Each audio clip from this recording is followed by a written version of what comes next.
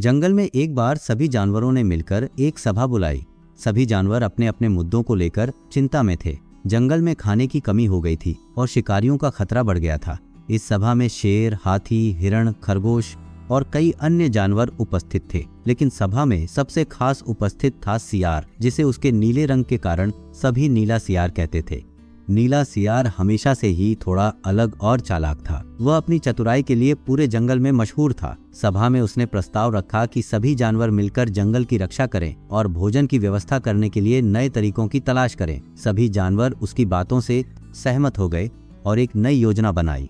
नीला सियार की चतुराई ने उसे जंगल में सबसे अलग बना दिया था, लेकिन उसकी चालाकी में एक छलावा भी था। उसने एक योजना बनाई जिसमें वह खुद को जंगल का राजा बनाने की सोचने लगा। नीला सियार ने अपने रंग का फायदा उठाकर जानवरों को भ्रमित करने की ठानी। एक दिन उसने अपने रंग को और भी चमकदार बनाने के लिए नीले फूलों का रस अपने शरीर पर मल लिया। अब वह सचमुच नीला दिखाई देने लगा। उसने इस रूप को देखकर एक बड़ी योजना बनाई। उसने सभी जानवरों को बुलाकर कहा, मैं भगवान का दूत हूँ और मुझे भगवान ने भेजा है कि मैं जंगल में शांति और समृद्धि लाऊं। नीले सियार की बातों पर सभी जानवर विश्वास करने लगे। उन्होंने सोचा कि यह नीला सियार वाकई भगवान का दूत है। सियार ने अपनी चालाकी से सभी जानवरों को अपनी ओर आकर्षित कर लिया। उसने उन्हें विश्वास दिलाया कि वह उनके सभी समस्याओं का समाधान कर सकता है। जल्द ही सियार को जंगल का राजा घोषित कर दिया गया। उसने अपने नए पद का पूरा फायदा उठाया और सभी जानवरों पर अपना नियंत्रण जमाना शुरू कर दिया। सभी जानवर उसकी आज्ञा का पालन करने लगे और उसकी बातों पर अमल करने लगे।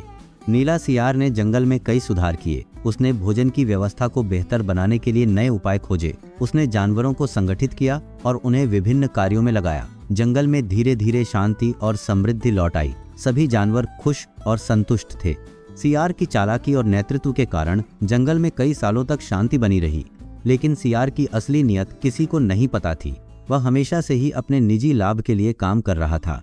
एक दिन जंगल में एक भारी बारिश हुई। बारिश के बाद नीले सियार का रंग धुल गया और उसकी असली पहचान सामने आ गई। सभी जानवर यह देखकर हैरान रह गए कि उनका तथाकथित भगवान का दूत वास्तव में एक साधारण सियार था।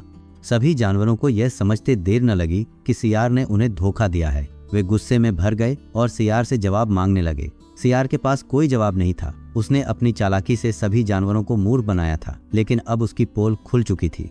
सभी जानवरों ने मिलकर नीले सियार को उसकी चालाकी और धोखाधड़ी के लिए सजा देने का फैसला किया। उन्होंने उसे जंगल से निकाल दिया और उसे कभी वापस न आने की चेतावनी दी। सियार को अपनी गलती का एहसास हुआ, लेकिन अब बहुत देर हो चुकी थी। सियार ने जंगल छोड़ दिया और अपने किए पर पछतावा करते हुए जंगल के बाहर भटकने लगा। उसे अपनी चालाकी और धोखाधड़ी का परिणाम भुगतना पड़ा। जंगल में शांति फिर से लौट आई और सभी जानवर अपनी नई व्यवस्था में खुशहाल रहने लगे। कई सालों बाद सियार ने जंगल में वापस लौटने की सोची। उसने सोचा कि अब वह बदल चुका है और अपनी गलती की माफी मांगने के लिए तैयार है। उसने जंगल के किनारे पर आकर सभी जानवरों को बुलाया और उनसे माफी मांगी। उसने कहा कि वह अपनी गलती का पछतावा करता है और एक नया जीवन शुरू करना चाहता है। सभी जानवरों ने उसकी बात सुनी और उसके दिल से माफी मांगने पर उसे माफ कर दिया। उन्होंने उसे फिर से जंगल में रहने की अनुमति दी, लेकिन इस बार उन्होंने उसे किसी भी महत्वपूर्ण पद पर नहीं रखा।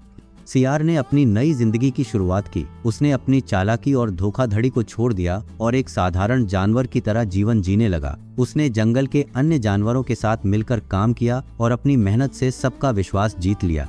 सियार ने अपनी गलती से सीख ली और अब वह एक सच्चे और ईमानदार जीवन जीने लगा। जंगल में फिर से शांति और समृद्धि लौट आई और सभी जानवर खुशी खुशी रहने लगे। नीला सियार अब सिर्फ एक कहानी बनकर रह गया, लेकिन उसकी कहानी से सभी जानवरों ने एक महत्वपूर्ण सबक सीखा कि धोखाधड़ी और चालाकी से कोई भी सच्चा और खुशहाल जीवन नहीं जी सकता। अगर आपको कहानी पसंद आई तो और भी कहानियों के लिए चैनल को सब्सक्राइब करें।